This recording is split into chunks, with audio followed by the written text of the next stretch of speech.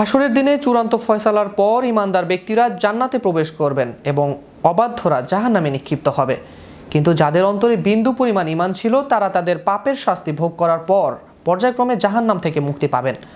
হাসরের দিনে গুনাহগার ব্যক্তিরা জান্নাতে যেভাবে প্রবেশ করবেন তা নিয়ে বিস্তারিত দেখুন ডেস্ক রিপোর্টে।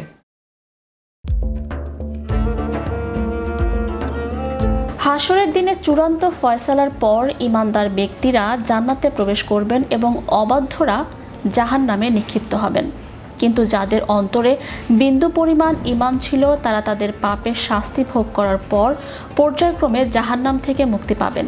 জাহান্নামের কঠিন আযাব ভোগ করার পর যখন আল্লাহর নির্দেশে সর্বশেষ ব্যক্তিটিকে বের করা হবে তখন তার অবস্থা হবে অত্যন্ত শোচনীয়। দীর্ঘকাল আগুনে দগ্ধ হওয়ার ফলে সে হবে কয়লার মতো কালো এবং প্রচণ্ড দুর্বল। সে হামাগুড়ি দিয়ে জাহান্নাম থেকে বেরিয়ে আসবে। পেছনে ফিরে সে জাহান্নামের দিকে তাকিয়ে বলবে, সেই সত্তা অত্যন্ত বরকতময় যিনি আমাকে তোমার থেকে মুক্তি দিয়েছেন। তার দৃষ্টিতে জাহান্নাম থেকে বের হতে পারাই তার জগতে শ্রেষ্ঠ পাওয়া। জাহান্নাম থেকে কিছুটা দূরে আসার পর আল্লাহ তার সামনে একটি সুশোভিত গাছ প্রকাশ করবেন। সেই গাছের শীতল ছায়া এবং সুপেয় পানি দেখে ব্যক্তিটি বিমোহিত হয়ে পড়বে। সে আল্লাহর কাছে আরজি জানাবে, হে আমার রব, আমাকে ওই গাছটির কাছে নিয়ে যান যাতে আমি তার ছায়ায় আশ্রয় নিতে পারি এবং তার পানি পান করতে পারি। আল্লাহ তখন তাকে মনে করিয়ে দেবেন তার দুর্বলতা ও প্রতিশ্রুতির কথা।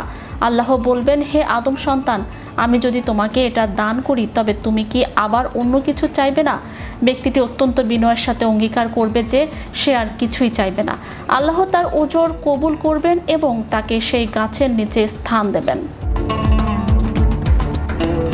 কিছু সময় পর আল্লাহ তার সামনে আগের চেয়েও সুন্দর ও বড় আরেকটি গাছ প্রকাশ করবেন। দ্বিতীয় গাছটি দেখে ব্যক্তিটি তার ধৈর্য হারিয়ে ফেলবে। জান্নাতের সুঘ্রাণ তখন তার নাকে এসে লাগবে।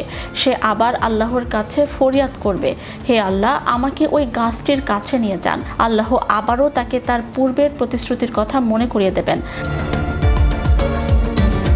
বান্দা তখন বারবার লজ্জিত হবে এবং অঙ্গীকার করবে যে এটাই তার শেষ চাওয়া। দয়াময় আল্লাহ তার বান্দার অস্থিরতা জানেন, তাই তিনি তাকে সেই দ্বিতীয় গাছের কাছে যাওয়ার অনুমতি দেবেন। অবশেষে তাকে জান্নাতের দরজার একেবারে কাছে নিয়ে যাওয়া হবে।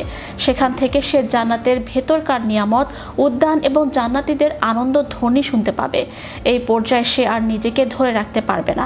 সে ব্যাকুল হয়ে বলবে, ইয়া আল্লাহ, আমাকে জান্নাতের ভেতরে প্রবেশ করিয়ে দিন।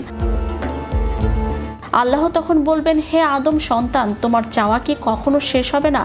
আমি যদি তোমাকে পুরো দুনিয়া এবং তার সমপরিমাণ আরও কিছু দান করি তবে কি তুমি সন্তুষ্ট হবে? ব্যক্তিটি অবাক হয়ে বলবে, হে আল্লাহ, আপনি কি আমার সাথে উপহাস করছেন? অথচ আপনি বিশ্ব জগতের প্রতিপালক। Magic Bangla TV news desk.